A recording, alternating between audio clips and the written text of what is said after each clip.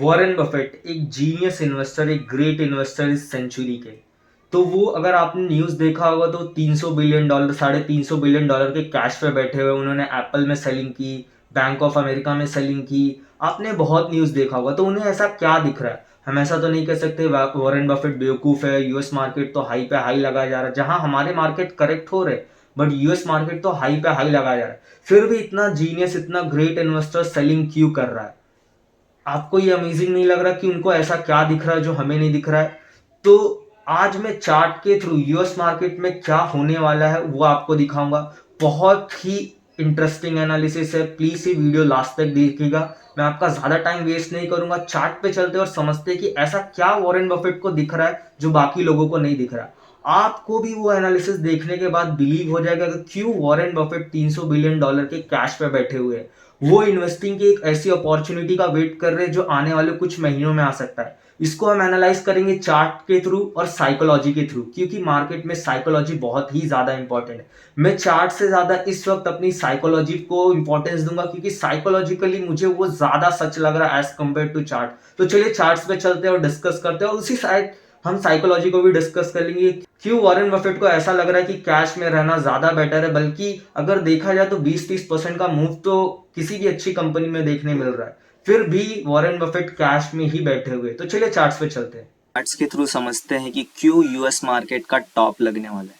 तो चार्ट्स के थ्रू समझने से पहले आपको एक बेसिक कंसेप्ट एलीट वेव का पता होना चाहिए और नियो वेव का। अगर नहीं पता है तो चलिए मैं आपको क्विकली समझा दे रहा हूँ वो होता क्या है। तो कोई भी शेयर, कोई भी स्टॉक या दुनिया में कोई भी चीज जिसे मूव करना है वो 5 वेव्स में मूव करती है। First wave, second corrective wave, third जो सबसे बड़ी वेव होती है, fourth corrective wave and fifth. किसी भी स्टॉक की एक मेजर लाइफ साइकिल ऐसे ही चलती है, चाहे वो स्टॉक हो या ह्यूमन बीइंग। बिकॉज मैं साइकोलॉजी को, ह्यूमन साइकोलॉजी को शेयर मार्केट से बहुत ज़्यादा रिलेट करता हूँ। मैंने स्टॉक मार्केट पे तो अभी वीडियो बनाना चालू किया है, बट जब जून मंथ में इलेक्शंस के रिजल्ट आए थे उस टाइम पे मैंने अपने व्हाट्सएप पे एक ऐसा स्टेटस डाला था कि बीजेपी इस वक्त अपनी बी वेव में है, क्योंकि बीजेपी के जो नंबर्स आए वो बहुत कम है। वो ऑफ कोर्स आने थे बिकॉज वो अपनी बी वेव में है। जो 2029 के इलेक्शंस होंगे उसमें वो अपनी सी वेव में होंगे, तो बहुत ही अच्छे रिजल्ट्स आने वाले। तो वो चीज़ आपको फ्यूचर में देखने मिलेगा, बट एज ऑफ मैं यहाँ डिस्कस कर लेते। तो कोई भी स्टॉक या दुनिया में कोई भी चीज़ ये 5 वेव्स के फॉर्म में चलती है। देन उसके बाद उसका एक करेक्शन स्टार्ट होता है। वो करेक्शन 3 फेजेस में होता है।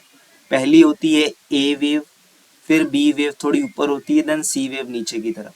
तो कोई भी स्टॉक, कोई भी इंडेक्स, कुछ भी हो, वो ऐसे ही चलता है।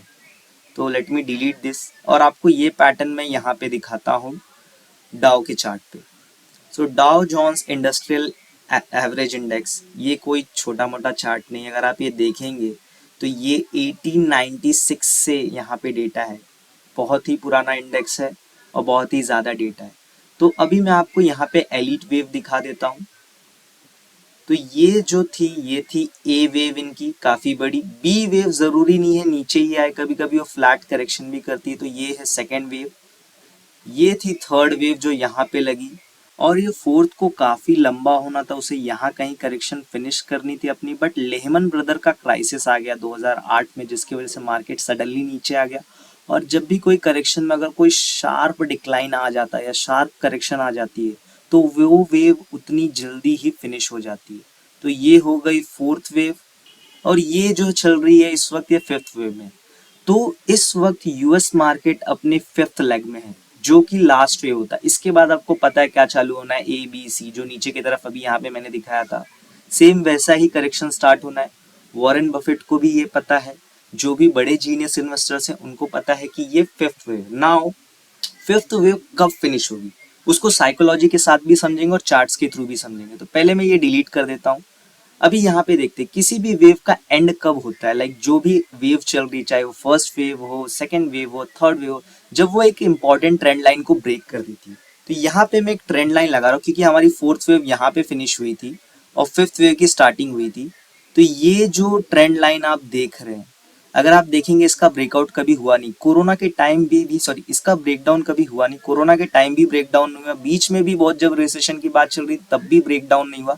जैसे ही यूएस मार्केट इसका ब्रेकडाउन करता है वो अपने करेक्टिव वेव में इंटर कर जाएंगे, ए बी सी। तो वहां पे काफी लॉसेस होंगे, बहुत सारी कंपनियां बैंकरप्ट हो जाएंगी, मुझे पता है। ये फ्यूचर है जो बहुत कम लोगों को दिख रहा है, इसीलिए वॉरेन बफेट ये जानते हैं ऐसा होने वाला है, इसलिए वो इस वक्त काफी कैश में बैठे हैं। बिकॉज जब मार्केट रिसेशन में होता है तो कैश सबसे ज्यादा रिटर्न देता है as compare to stock market. हो सकता है उस टाइम पे गोल्ड बहुत अच्छा चले, बॉन्ड्स, यूएस बॉन्ड्स बहुत अच्छा चले, बट ये फ्यूचर अभी साइकोलॉजी के थ्रू समझते हैं कि क्यों मुझे ऐसा लग रहा है। डोनाल्ड ट्रंप जीत चुके हैं, वो यूएस के प्रेसिडेंट बन जाएंगे जनवरी मंथ में। बहुत ज्यादा उम्मीद है, बहुत ज्यादा उम्मीद है कि वो यूएस इकोनॉमी को आगे लेके चले जाएंगे, बहुत ज्यादा बुल रन आ जाएगा। तो जब भी इस तरह का हो हल्ला मचता है, बहुत ज्यादा एक्सपेक्टेशन होते हैं, रिजल्ट उतने ही पुअर होते हैं। मैं आपको अगर ये टेस्ट करना है तो याद दिला दूं, बीजेपी ने काफी ज्यादा अप्रैल मई के मंथ में कहा था कि 370 पार हो जाएगा, इतनी सीटें आ जाएंगी, 400 आ जाएंगे, ब्ला ब्ला ब्ला। आपने रिजल्ट देखा कितना उल्टा हुआ, यहाँ तक कि वो खुद मेजोरिटी में नहीं है। तो इसी तरह मैं जानता हूँ डोनाल्ड ट्रंप वो प्रेसिडेंट बनेंगे जो यूएस को रिसेशन में ढकेल देंगे। मैं डोनाल्ड ट्रंप के अगेंस्ट नहीं हूँ, बट मेरी साइकोलॉजी यही कहती है कि यही वो प्रेसिडेंट होंगे जो यूएस मार्केट को एक काफी बड़े रिसेशन में डाल देंगे। और ये recession, let me tell you, 10-12 साल से ज्यादा चलेगा। क्योंकि मैं पास्ट में आपको दिखाता हूँ, ये था ग्रेट डिप्रेशन की स्टार्टिंग। तो यहाँ पे आप देखेंगे 65 से लेके मार्केट यहाँ पे 82 तक नहीं चला, 17 साल तक यूएस मार्केट हिला ही नहीं। वो ऊपर नीचे, अगर यहाँ पे किसी ने एसआईपी, जो आजकल बहुत ज्यादा ट्रेंडिंग वर्ड है एसआईपी, किसी ने यहाँ पे एवरेज किया होता, अगर वो एवरेज करते ही रहता तो वो कहाँ होता, ये यहीं कहीं होता। कितने परसेंट का रिटर्न बन जाता, ज्यादा से ज्यादा 10% का रिटर्न बनता 17 साल में। 17 साल में 10% का रिटर्न आप अज्यूम कर सकते कितना पुअर इन्वेस्टमेंट है। बैंक्स आपको इससे ज्यादा रिटर्न दे देंगे। तो इसी तरह जब यूएस मार्केट यहाँ पे करेक्शन स्टार्ट करेगा, मैं ऐसा नहीं कर रहा हूँ कि ओवरऑल कुछ भी नहीं चलेगा, इंडेक्स नहीं चलेगा, मतलब मेजोरिटी ऑफ द कंपनी नहीं चलेगी, बट जो स्टॉक्स होंगे, कुछ नई कंपनियां आएंगी, कुछ स्टार्टअप्स आएंगे, कुछ नई कंपनीज लिस्ट होंगी, वो सब तो चलेगी, बट स्टॉक्स इंडेक्स स्पेसिफिक वो बिल्कुल नहीं चलने वाला। तो यूएस मार्केट अपने लॉन्ग रन में है जो टॉप लगाने वाला है। तो इसीलिए वॉरेन बफेट $350 बिलियन के कैश में बैठे हुए। अगर आपको ये एनालिसिस पसंद आई, अगर आपको ये कंक्लूसिव लग रही है, आपको इससे कुछ सीखने मिला है, तो please like this video and share with your friends. तो हमने चार्ट्स और साइकोलॉजी के थ्रू अंडरस्टैंड किया कि क्यों यूएस मार्केट एक बहुत बड़े रिसेशन में जा सकता है, बहुत ही बड़े करेक्शन में जा सकता है। रिसेशन में ना भी जाए तो भी एक बहुत बड़े करेक्शन में जा सकता है। मैंने आपको करेक्शन के पॉइंट्स भी दिखाए, टाइम होराइजन भी दिखाया कि कितना बड़ा करेक्शन हो सकता है। तो साइकोलॉजी की जो वीडियोस है हमारे, अगर आप प्लेलिस्ट देखेंगे तो वहां पे हमने काफी साइकोलॉजी के वीडियोस अपलोड किए हुए हैं, तो उन्हें भी चेकआउट कीजिए। और अगर आपको ये वीडियो पसंद आया तो like this video, share with your other friends and do let me know your thoughts in the comment section and subscribe to our channel.